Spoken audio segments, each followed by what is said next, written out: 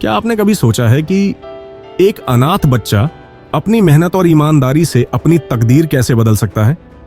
कैसे समाज का उपेक्षित एक बच्चा एक दिन एक सफल व्यापारी बन सकता है? एक छोटा सा गांव, वहां रहता था एक अनाथ बच्चा, मनु। मात्र 5 साल की उम्र में उसने अपने माता पिता को खो दिया था। छोटा मनु तब यह समझ भी नहीं पाया था कि उसकी जिंदगी कितनी कठिन होने वाली है। कोई उसकी मदद नहीं करता था, कोई उसका हाल नहीं पूछता था। उसे सब कुछ खुद ही संभालना पड़ता था। गांव में छोटे मोटे काम करके वह किसी तरह अपना खाना जुटाता था। कभी खेत में पानी देना, कभी लकड़ी काटना, कभी गाय भैंस चराना। बदले में कभी एक टुकड़ा रोटी मिलती, कभी पुराने कपड़े। रात में उसका एक ही ठिकाना था, गांव के पुराने शिव मंदिर का चबूतरा। सर्द रातों में ठंड से कांपते हुए वह आकाश के तारों की ओर देखता और सोचता, क्या मेरी जिंदगी कभी बदलेगी? क्या भगवान ने मेरे लिए कुछ भी रखा है? लेकिन गांव वालों के लिए वह बेकार था। वे उसे निकम्मा, नालायक कहते थे।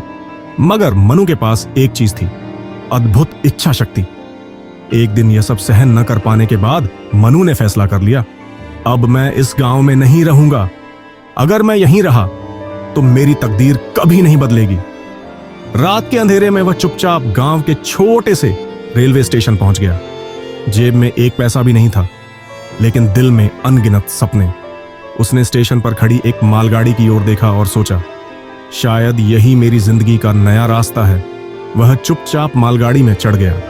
ट्रेन चल पड़ी, एक अनजाने सफर की ओर। सुबह ट्रेन एक बड़े शहर में आकर रुकी।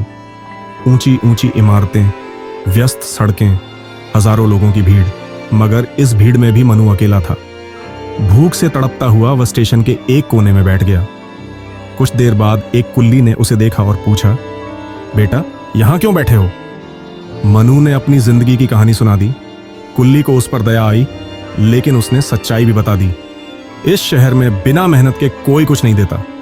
अगर जीना है तो मेहनत करनी होगी। मनु ने पूछा, लेकिन मैं क्या कर सकता हूं? मेरे पास तो कुछ भी नहीं है। कुल्ली हंसकर बोला, मेरे जैसे कुल्ली का काम करो। मेहनत करोगे तो आगे बढ़ने का रास्ता खुद बन जाएगा। अगले दिन से मनु ने कुल्ली का काम शुरू कर दिया। दिन भर स्टेशन पर बैग उठाता, सामान ढोता, थोड़े पैसे कमाता। रात में प्लेटफॉर्म पर ही सो जाता। मगर उसके मन में यह विश्वास था, मैं अपनी तकदीर खुद बदलूंगा। धीरे धीरे उसकी मेहनत और ईमानदारी से सब प्रभावित होने लगे। एक दिन ट्रेन से एक सम्मानित व्यापारी गोविंद नारायण उतरे। सफेद धोती कुर्ता पहने, चेहरे पर एक अलग तेज। मनु उनके पास जाकर बोला, साहब आपका बैग उठा दूं? व्यापारी हंसकर बोले, तुम अभी बहुत छोटे हो, इतनी मेहनत क्यों कर रहे हो? यह तो खेलने की उम्र है। तब मनु ने अपनी संघर्ष की कहानी सुनाई। मैं अनाथ हूं, लेकिन मैं अपनी मेहनत से बड़ा बनना चाहता हूं। गोविंद नारायण उसकी बात सुनकर हैरान रह गए। उन्होंने कहा, तुम्हारे जैसे मेहनती लड़के का भविष्य उज्जवल है। अगर चाहो तो मेरे कपड़े के गोदाम में काम कर सकते हो। रहने खाने का इंतजाम मैं कर दूंगा। यहीं से मनु की नई जिंदगी शुरू हुई। गोदाम में कपड़ों की पैकिंग, शिपिंग, ग्राहकों से डील करना सब सीखने लगा। वह दिन रात कड़ी मेहनत करता और कुछ सालों में ही गोदाम का सबसे भरोसेमंद कर्मचारी बन गया। अब मनु 25 साल का हो चुका था और गोविंद नारायण 60 के। एक दिन व्यापारी ने उसे बुलाकर कहा, बेटा तुम सब कुछ सीख चुके हो, अब तुम्हें अपना खुद का व्यापार शुरू करना चाहिए। गोविंद नारायण की मदद से मनु ने एक छोटी सी कपड़े की दुकान खोली। यह दुकान छोटी थी, लेकिन मनु ने अपनी मेहनत और ईमानदारी से उसे धीरे धीरे बड़ा बना लिया। कुछ सालों में वह छोटी दुकान एक बड़े व्यवसाय में बदल गई। अब मनु के कई दुकानें, गोदाम और खुद की फैक्ट्री थी, लेकिन उसने अपने संघर्ष के दिन नहीं भुलाए। इसीलिए उसने फैसला किया, मैं अनाथ बच्चों की मदद करूंगा, उनके लिए स्कूल और अनाथ आश्रम बनाऊंगा। यह कहानी हमें सिखाती है, ईमानदारी और मेहनत ही जिंदगी की सबसे बड़ी पूंजी है। परिस्थिति कितनी भी कठिन हो, अगर आप अपने लक्ष्य के प्रति सच्चे हैं तो सफलता जरूर मिलेगी।